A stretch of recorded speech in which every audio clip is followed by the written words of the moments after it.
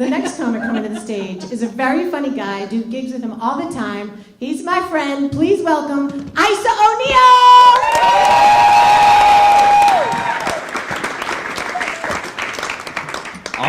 Awkwardness is probably why I fail with girls my age. I'm presently unable to woo a female. I'm in high school, and people tell me that high school is when girls get very interested in boys. If that were true, I'd be one of the last boys in the city to know of it.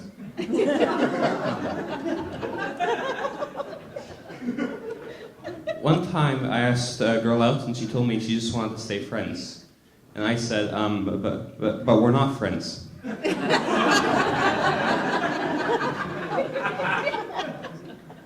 Another time I asked a girl if she wanted to go out, and she said yes, but not with you. One time I asked out a very thoughtful girl. She told me she'd think about it.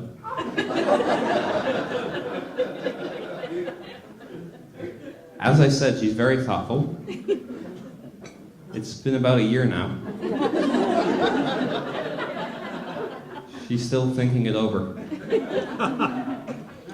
One time I asked the girl out, and she said yes, and she asked me where I'd like to take her. And this took me by surprise. I wasn't expecting to get this far. So I told her I'd get back to her on that. When I came up with the location, I ran to tell her. I said, Cindy, I came up with the location. And she said, what? And I said, Cindy, you know, for our date, I came up with the location for our date.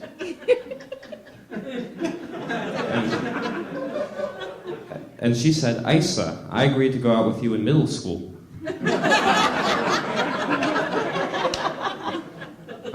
I was talking to a friend of mine who was a girl about how I couldn't get a date. And she said she didn't know why I couldn't get a date, and that any girl would be lucky to have me. So I asked her out. And she said no. It's an interesting feeling doing this badly with women, because it makes you hope you're ugly.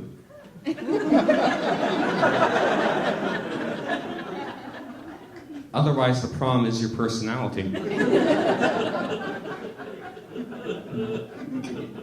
Then again, it could be both. But I'm an optimist. After all, it's not that bad. There's a girl I know, she sits next to me in class.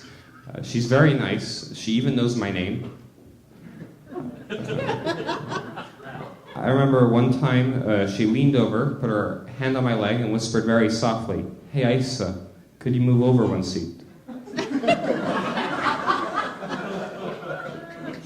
One time, early in the morning, before classes, I went to my school advisory office, and the man there said, "Hello, can I help you?" And I said, "Yes, I am here for the free condoms." Now, you're probably wondering, "Hey, Aise, I thought you said you couldn't get a date. What are you going to do with those condoms?"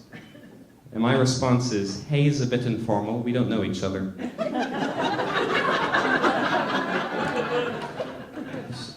And the man says, "I'm sorry, I can't give condoms out to students in the mornings, because some students in certain rooms have been caught using them during the day."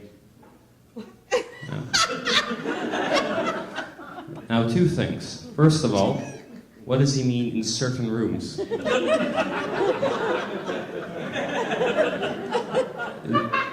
Is he saying he's certain this is happening in rooms? As opposed to hallways or stairs? Or are there such things as uncertain rooms? And second of all, kids are having sex in the middle of school, and I still can't get a date.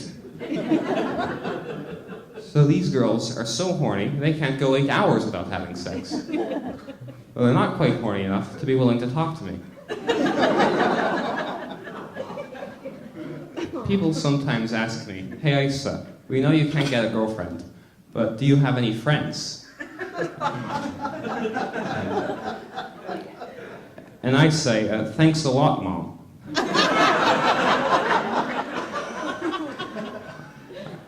actually do have friends. There's a girl who rejected me once. She's a particularly good friend of mine.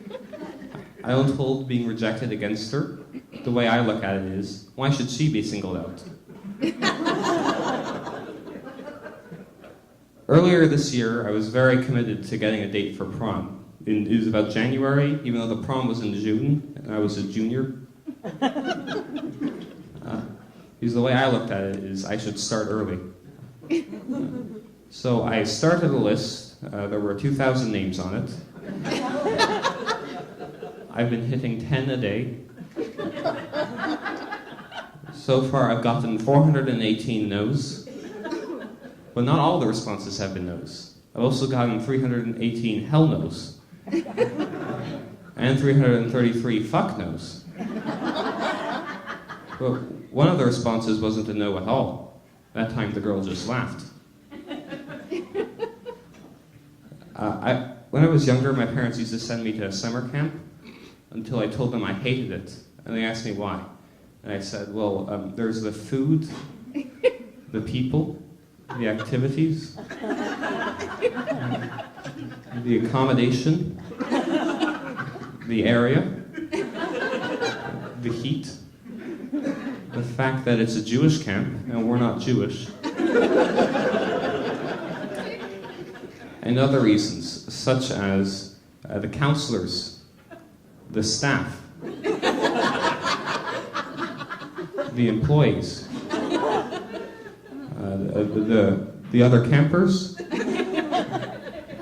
the food, the bus rides, the poor laundry service, the inadequate medical facilities, the nurses, the insects, the fact you're not allowed to bring your phone, which is a bit suspicious, makes you wonder what they're trying to hide.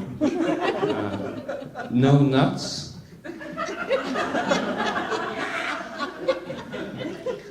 Campfires. Camp songs. Camping out. So I don't go to camp anymore. I go to therapy. You know, guys, I'm really glad I didn't screw this up. Normally when I get on stage, I feel this urge to curse out the audience. You have been an above-average audience.